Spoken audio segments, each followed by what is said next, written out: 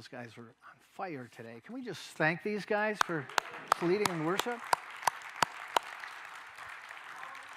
Just so glad to be drawn to God and His Word and the concepts, the ideas, and all that God is for us, the truths of His Word and everything that is there. I love that. So thank you, guys.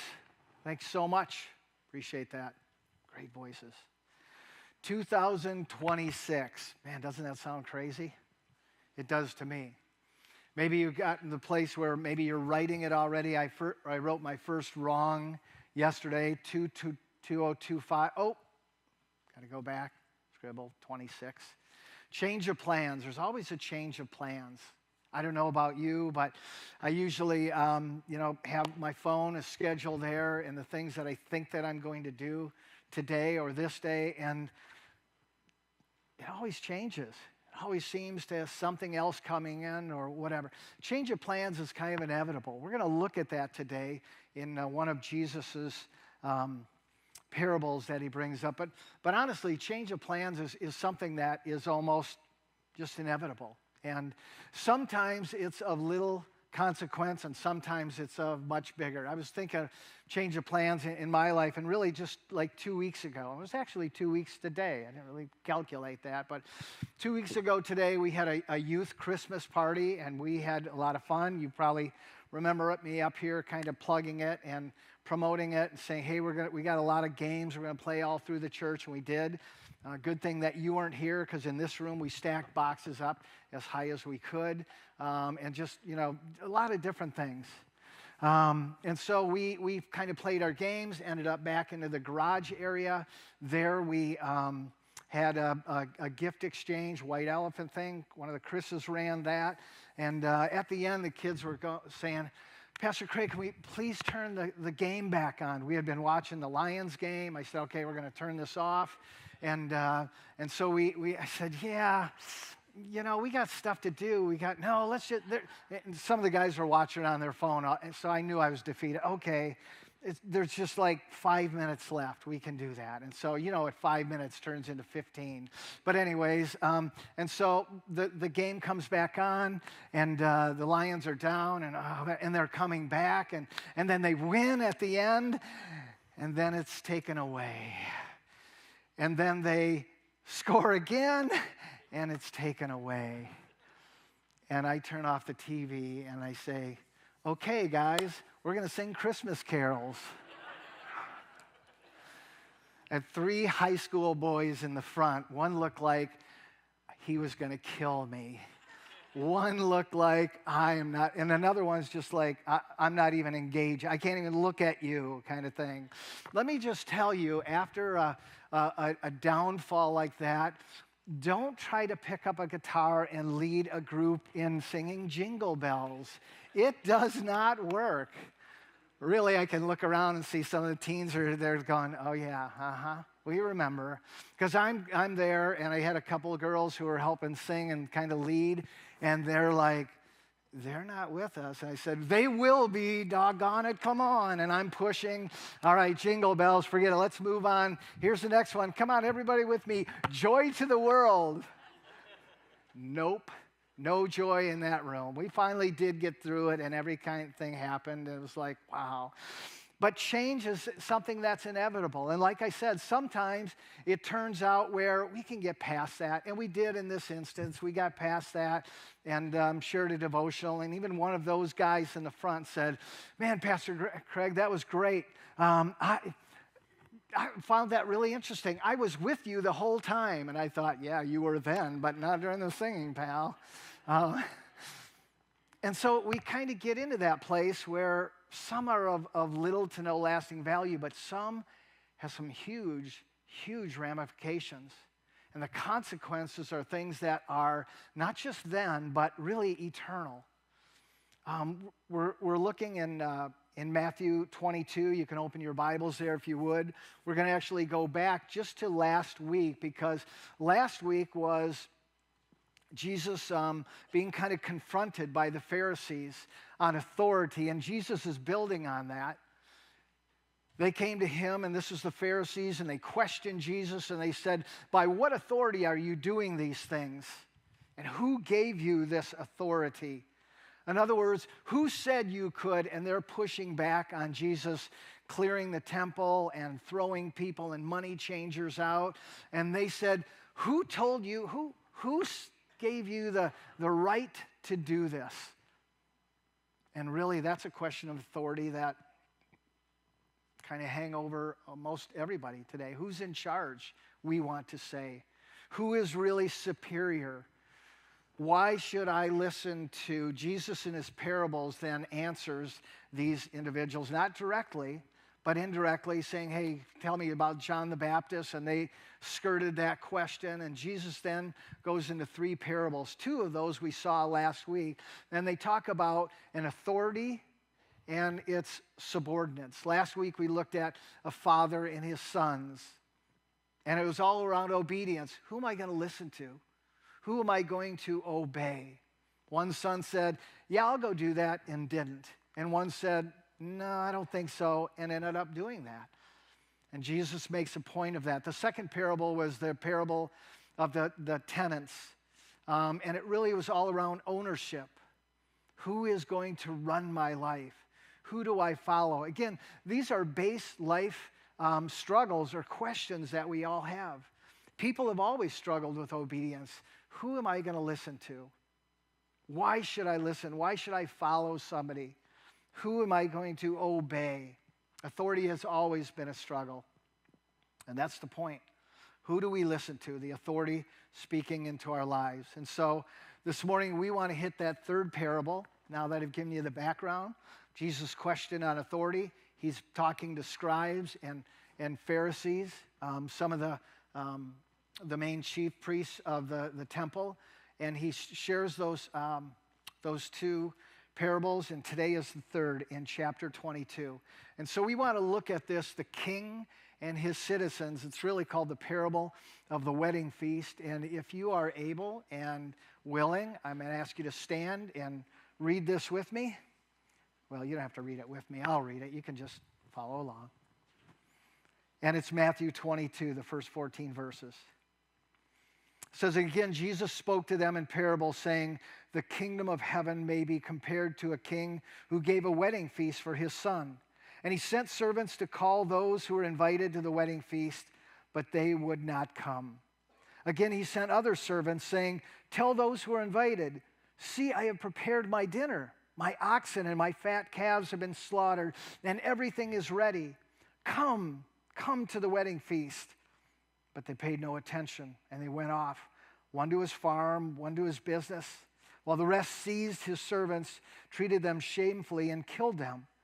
The king was angry, and he sent his troops and destroyed those murderers and burned their cities. And then he said to his servants, the wedding feast is ready, but those who are invited were not worthy. Go therefore to the main roads and invite the wedding feast, as many as you can find. And those servants went out into the roads and gathered all who they found, both good and bad. So the wedding hall was filled with guests.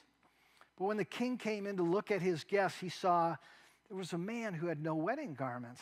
And he said to him, friend, how did you get in here without a wedding garment? And he was speechless. The king said to his attendants, bind him hand and foot and cast him into the outer darkness, into that place where there will be weeping and gnashing of teeth. For many are called, few are chosen. You may be seated. The parable of the wedding feast. It's really kind of shared and kind of laid out as almost a play. And I want us to see that today, kind of a drama, a play that is being acted out. And again, we understand that when Jesus is telling a parable, it is a fictitious story, but it has specific, real meaning. And Jesus is using that. And the Pharisees, by the way, around are picking up on that. If you read the verses just before, well, at the very end of chapter 21, it says the Pharisees were going, oh man, this is about us. And after this is done, now the Pharisees, they began to go and figure out ways to try to trap Jesus, to trick him into a question and answering wrong. And eventually they say, we're going to take his life. By the way, just a reminder, this is the week of the Passion Week. The triumphal entry has already happened. Some of those things, this is probably Tuesday or Wednesday. And really just in a couple days from here, Jesus he'll be arrested and tried. He goes through 6 different trials, illegal trials, six that were Jewish, 3 that are Jewish, 3 that are Roman, just horrendous kind of stuff. And so Jesus, he understands this, he knows this, his disciples don't get it. The Pharisees are there and they're saying, who gave you the right to? And Jesus begins to tell these parables, and this is the third. And so as we look at this is kind of like a drama, very much like a play. And so we see this very beginning, and it is the opening act. Here's the curtain opens, and we see what we see in a play. The players are there, and the setting is there. And here's the players. Here's the king and his son and the wedding feast. The king represents God. He represents the Father. And the son obviously represents Jesus and the Messiah. And the wedding feast there is this banquet. It really is a picture of the Messiah and his people. Now, the banquet itself, this has been in question, and commentators and biblical scholars argue back and forth on it, what it really means, when the time and place and people, who is this really?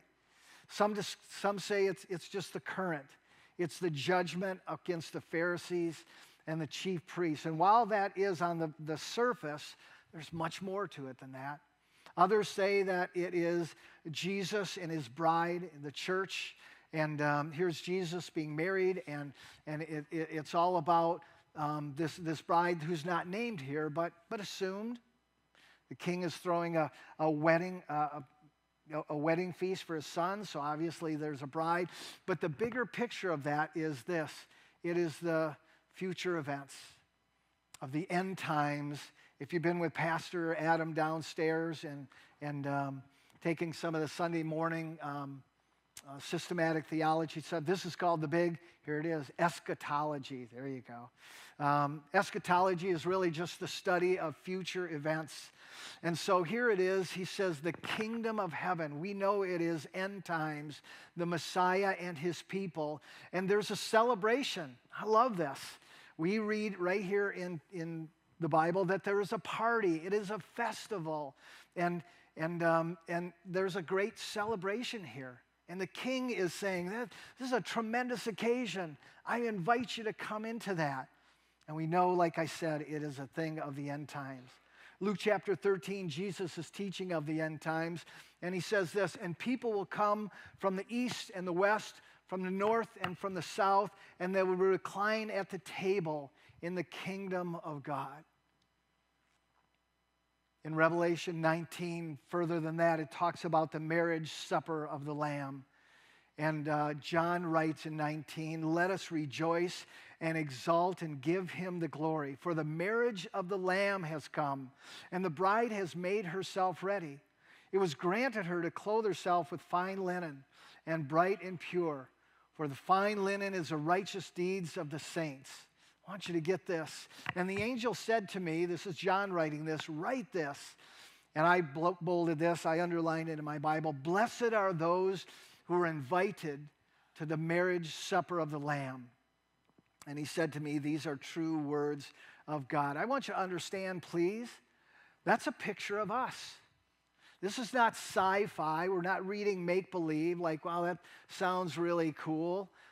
This is our future. Please understand that we who place our faith and trust in Jesus Christ, you have a seat at the table. Do you understand that? You're going to walk up and there's going to be a little card placard thing and it's going to have your name on it. And God says, I invite you, please come. This is for us. And so we need to be at the place where we're almost jumping out of our seats and going, yes, that's my future. That's where I'm going. This is what God has for us. It's not just this life. It doesn't all end here. God says, this is the warm-up, but man, there is a marriage supper of the Lamb coming. And it is for real. And we need to be looking forward to that. And so there is a tremendous celebration here. Now, one of the ones that we haven't talked about yet is the guests. The guests are there, and they are invited. Jesus makes it pretty clear as he's telling this story that it's the Pharisees and the Sadducees, the religious leaders, those temple priests and the scribes, and really all of Israel. They are invited to the banquet. Come, it says, come share in the occasion, in celebration. Become part of the fellowship with the Son in the kingdom of God. And the king says, preparations have been made.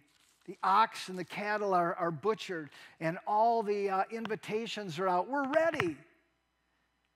And the end of verse 3 says the response, but they would not come. What a heartbreak to the king.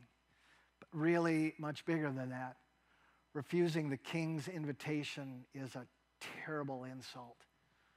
The citizens have been extended a great honor. The nobility, the upper class receive this royal offer. Please come. But they refuse to come. And Jesus is showing, as he's being questioned about authority, that Israel has turned his back on God.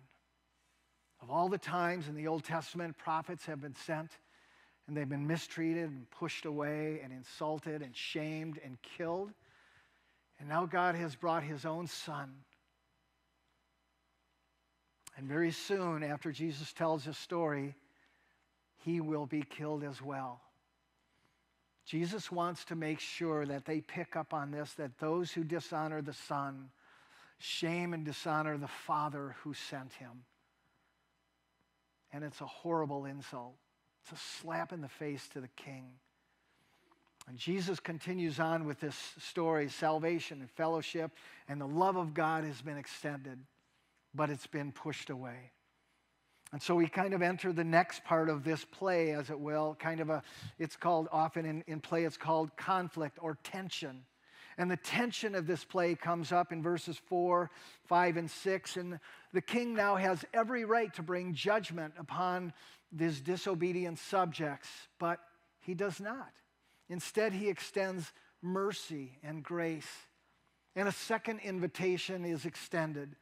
The Father, the King, still invites Israel to come in spite of what they've done to all of his servants, in spite of what they have done and will do to his Son.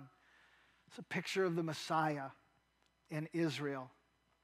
The early church, by the way, salvation was first offered to the Jews almost exclusively. You can read it in the beginning of Acts 1 through 6 through 7, and it's almost exclusively to the Jews until finally it begins to roll over and salvation comes to the Gentiles. Paul in Romans 1:16 says, "For I am not ashamed of the gospel of Christ, for it is the power of God, the power of salvation to everyone who believes, first to the Jew and also to the Greeks." And so there is an invitation that is sent out. And now a second invitation that's extended. Look, the king says, the banquet is set. Preparation is all done. The meal is set. It's ready. And then almost in a plea, he says, come to the wedding feast. And you would think at that, then a second invitation, the citizens are ready to jump in. Let's leave everything behind. Let's go. Let's celebrate. There's nothing bigger than this. But the responses of the invited guests and the subjects are horrible. They're unexpected and they're horrific. And it says that they ignore him. They pay no attention. One says they involve in other personal pursuits. One goes to his farm. One goes to his business over here. And so passively, some just kind of ignore God, ignore the king, and turn their backs on God and say, I'll figure it out on my own. I'll do my own thing. But others then are not passive. They're much more active, and they seize the servants and mistreat them, and they shame and humiliate them, and they kill them. And I want you to understand what began as indifference and apathy turns into treachery and betrayal. And that's often the way that it is in this world as people hear the great news of Jesus Christ and the fantastic offer that the Father gives and extends and says, here it is. Oh, you've turned it away. I'd love to offer it to you again. And some passively turn their back and walk away and don't want any of that. And others are active and pushing back against. And so this terrible act of treason happens. And really, treason warrants a very serious judgment. And so the third act kind of comes in verse 7 of judgment and condemnation. And if this is a play again, this would be called like tragedy or a climax. It's like as the play unfolds, this is getting to the big stuff. And the king is angry. And the king now says, send in soldiers. And he does, and soldiers are sent in. And it says they destroy the enemies and they burn their cities. And today critics would look at that and say, really? Is that really necessary? I mean, all they did is not come to a party. No, they rebelled against the king. They committed treason against the Father. And God, in his judgment, those who reject the Son, who fail to follow the Messiah, should they really be banned from heaven forever? Kind of look at that and we say, do they really need to be eternally separated from God? Isn't an everlasting punishment too much?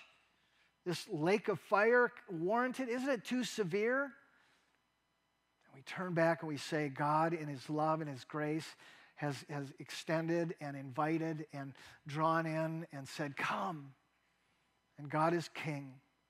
And in many ways, mankind is purposely turned against the generous and gracious offer of his kingdom and of his Son. And the payment is death. A holy God cannot be in the place of sinful thing, and he gives us every opportunity from that. We're going to see that with the guy at the very end who doesn't want to put on wedding garments. And so the king turns and he brings judgment against them. And then verse 8 brings us back to where we started. And he says the word, I love the word here, verse 8, it says then. I call it contingent plan, by the way, and it's really not, understand that. I was just trying to be literate and put another C in there. It didn't surprise God. God didn't say, oh, I didn't see that coming. Well, let's go for a plan B. This didn't take God off by any ways. It's really probably could be called celebration part 2. And the word then, like then the banquet is ready and the invitations are there and those who are invited are not coming. What do we do? And so God says, go to the main roads and go out to the streets and perhaps to the alleys and find as many as you can. By the way, the matter is urgent because everything's ready now. Otherwise, all this freshly prepared food is going to spoil. And he tells his servants, gather as many as you can, bring them in. And I love this phrase, both good and bad. And the wedding hall was full. What a cool statement. And the arrogant have been left aside. In fact, the arrogant often ignore God. And God seeks the lowly of this world who will humbly acknowledge his reign. There's a beautiful picture here of salvation. There's an offer of God's, of the Father's love and the Gentile people. And by the way, if you're taking notes, I forgot to put that line in there. So, whoops. It was a week, let me tell you. Talk about change of plans. You almost didn't have a bulletin today, but that's a whole nother story. Beautiful picture of salvation. It's an offer of the Father's love to now the Gentile people. Because the kingdom belongs to the humble, not to the proud. We don't strut into God's presence feeling all big and full of ourselves. Ephesians 2:8 and 9, you know that. We're grace are you saved through faith, not of yourselves. It is a gift of God, not a result of works, so that no one should boast. We're not going to be stalking in saying, "Here, I did this on my own." God extends his grace to all. His invitation is to you today as well. And so I kind of take a little detour here in our message and say, if you have never responded to God's invitation, this is your day. This is your day that you can accept the invite from the King, God himself, for Jesus, his son, and surrender yourselves and come to him. Because I love what it says. It says there's a welcoming of the good and the bad. Shows Jesus' his mission to sinners. I don't know where you are or what you are, but I am sure glad that God has welcomed both the good and the bad. You might have been on the good side. I was maybe on the other side. And God says, come on in. Matthew chapter 9, Pastor Adam walked us through this, almost a year ago, I think. Jesus eating with tax collectors and sinners, and the Pharisees come up and get in his face, and they're rebuking him. And Jesus says, this is chapter 9, verses 11, 12, and 13. He says, those who are well have no need of a physician, but those who are sick. He says, go and learn what this means. I desire mercy, not sacrifice. For I came not to call the righteous, but sinners. So even if we put ourselves and say, well, I was one of the good ones. No, we're not. Our righteousness is filthy rags before God. And we need to be cleansed in him and all that he has for us. God's call to all reminds us that grace not only forgives, but it transforms. Has your life been transformed in him today? I trust it has been. And while everyone is welcome, you dare not come in and stay the same. You probably remember me sharing this phrase before from an old pastor that we met down in Tennessee one time. He says, come as you are, don't stay as you are. That's God's invite to us. Hey, Craig, come on in. I'll take you just as you are. Now let's work on things. Come as you are, don't stay as you are. And really, that's a natural segue into the verses we're coming into.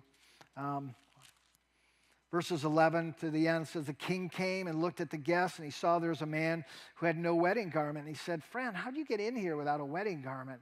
He was speechless. And we kind of come to this place at the very end of the play of compromise and of condemnation. Because we often try to do that on our own. If this is a play, this is kind of the closing curtain, but there's a twist at the end. It seems like an appendage to the parable. Jesus has already told it. It's kind of hit its high point. It's come down.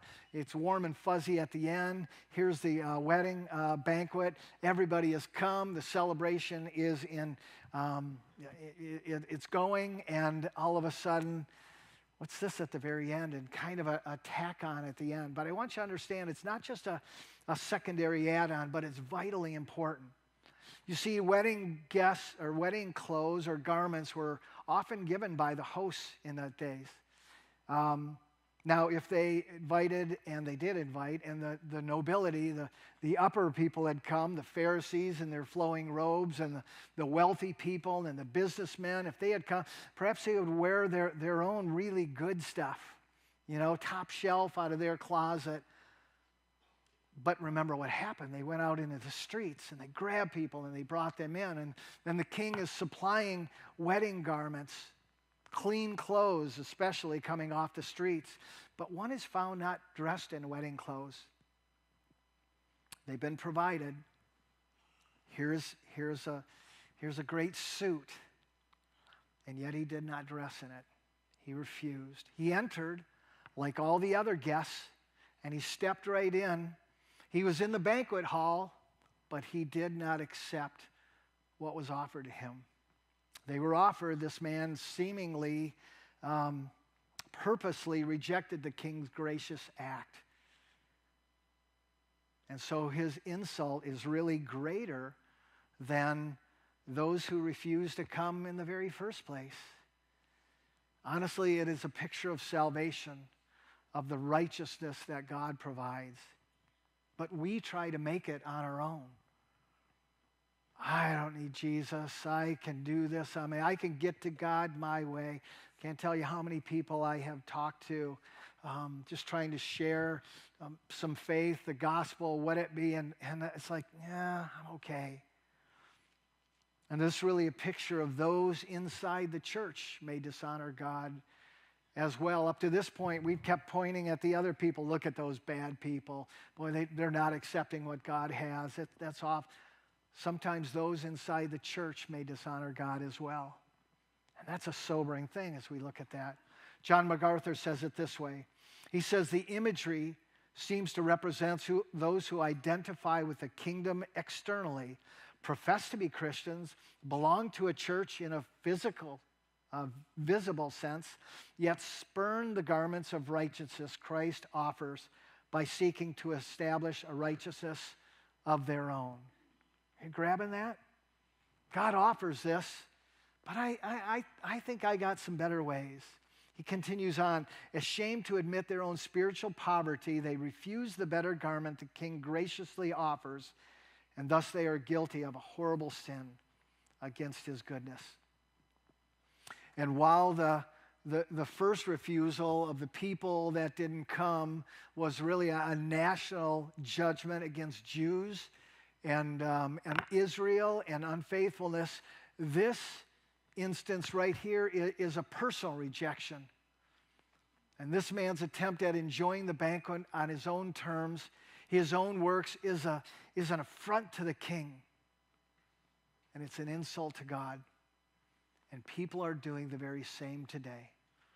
Churches are filled with individuals who attempt to gain their own salvation. I can make it. I can make it personally. I can do it on my own, they think. And I say we must accept what God gives to us. God offers righteousness, the righteousness of Christ, and not try to make it on our own. Because you see, faithful followers celebrate the Lord's blessing and goodness. And as we recognize the authority and the sovereignty of God, we respond in obedience. We celebrate his Son. And then we live in an absolute trust in what God has provided for us. I hope that we go from here and we just really think about celebrating the Son. One day we will sit at that banquet table. We will enter into the glory that God has given to us, but not if we try to make it on our own. Recognizing the authority and the sovereignty of God, we respond by obeying him, by looking into his word, by following what he has given to us. We respond as we celebrate Jesus, and we respond as we live in absolute trust in what God has given to us. So this day, let's celebrate the King and his Son. As faithful people, follow and obey.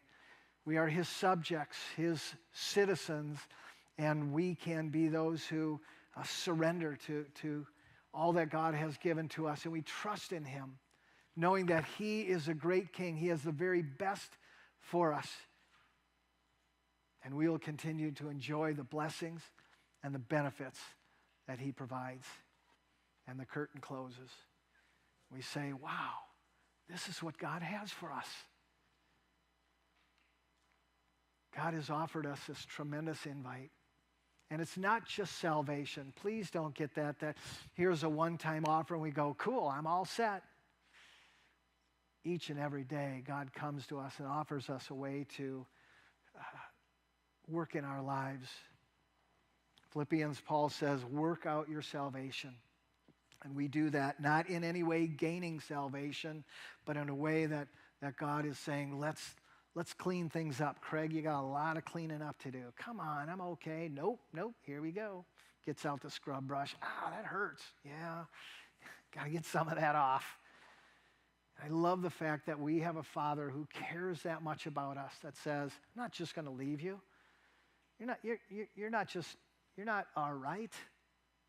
Let's make this better, because he wants to conform us to the picture and look of his son, Jesus. And that's our goal. So this day, celebrate God and the King and his son. And faithful people, we follow God in obedience. And then we enjoy all the blessings that he has for us, the benefits he provides. What a cool way for us to walk through this year. And I trust that we will just step into that and understand that this is what God has for us. Let's bow together and pray.